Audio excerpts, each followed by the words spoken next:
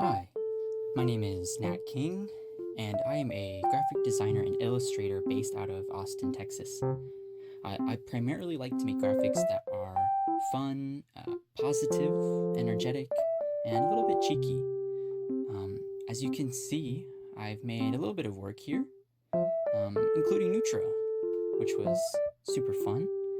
And I am just super excited to be here with Formfair today to talk to you a little bit about my process, a little bit of the behind the scenes, and just to sort of lay out a little bit of what I do and how I go about creating illustrations and graphics and just art in general. So I'm super excited to get going.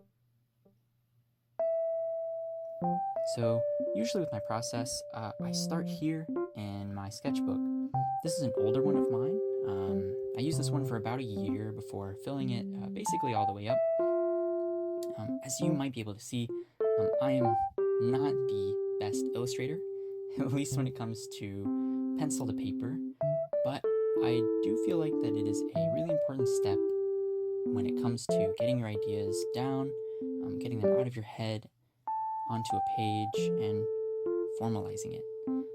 This is my new sketchbook. It's a bit smaller, a bit more compact. If you look closely, you might be able to see some of my more recent work in here. Some of it never came to the light of day, but some of it you might be able to recognize. And I basically use this one in the same way, except it's a little bit more portable, so it's nice that I can take it anywhere ideas come to me, and I can fill it out with ideas. As you can see, I still have quite a bit left to go on this one, which is good. It means that I can keep going to work on this one. I also find it to be super important to look through references that you have in person. I really like to look through old New Type magazines, and I also like to play old PS1, PS2, Dreamcast games, just to sort of be surrounded by the graphics, the typography, and the visuals, and just sort of pull from all of the inspiration that comes from these. Not only is it really helpful, in my opinion, but I also find it to be really fun. It's exciting to sort of look through your little collection and kind of see where you pull your inspiration from, and grab all of these things and bring them into your work. Speaking of which, this is where I work.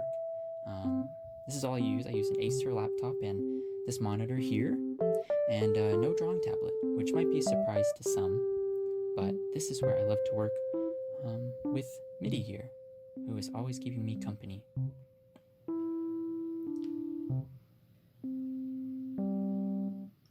Okay, it's computer time. So this is where I like to get all of my references from basically all sorts of different websites, including this photo here. So I really like to dig through Twitter, as well as the saved or bookmark tab of Instagram as well, and just sort of gather references from all different corners of the web and get them curated here, including my mood board here on tumblr.com. As we can see with this 3D illustration here, I also like to grab everything, and if I really like them, pin them to my boards on Pinterest. I find Pinterest to be a super helpful tool for getting everything from everywhere into one place. I can show you a little bit here of my illustration board. It is pretty short and sweet at the moment, as I just started a new one, but you can see that there is a variety of illustration styles here that I love to reference and pull from. Along with that, I also have a graphics board as well. Using this one in a similar way, I just sort of reference graphics, typography, color choices, layout, etc. Referencing this for graphic design projects and parts of my art and illustration process as well. Alright, speaking of the illustration, this is what I have down here. This beautiful illustration, sort of getting the ideas down with the boots that we saw from Twitter, the rest of the outfit, and this giant Twin Tails idea that I'm super excited to try out. All right, and from there, we can open up Illustrator. So these are the 3 references from everything in one place. We have the perspective from JSRF, the boots, and the 3D illustration, and we can just sort of get going from here. I like to pull a lot from my previous work as a way to be efficient, and here we are just sort of creating the fringe of the hair and getting some expressions going as well. Here I am sort of creating the hair piece or ear piece or whatever that shape is there, and just sort of laying these ideas out, sort of getting the corners rounded out here, and we begin laying out the outfit here. It's definitely feeling the long sleeve crop top vibe with this one, and pulling in this skirt from the boots photo from earlier as well. And now we're just sort of laying out the sort of serpentine belt going on, getting that sort of blocked out before making some adjustments to make it a bit more interesting, and sort of referencing the 3D illustration and the photo of the boots here to sort of make these adjustments to get it looking nice with this pose, adjusting the 2 of them before bringing it in with the rest of the illustration. We're duplicating and changing overall size and making some other small adjustments here before moving on to create the hair pieces. These are the 2 twin tails, and I'm just sort of blocking out, keeping the one that I like the best and iterating until I get the one that feels the most right. Alright, and here we are just sort of trying out some new expression ideas, testing some things out. Here I'm sort of trying out this closed eye look, along with playing with some of the eyebrow placement here as well, some sizing. I think after trying all of those, we end up with the original eyes from earlier, sort of manipulating the size there, and sort of go in here to make some minor adjustments on the details. I'm going to get rid of this.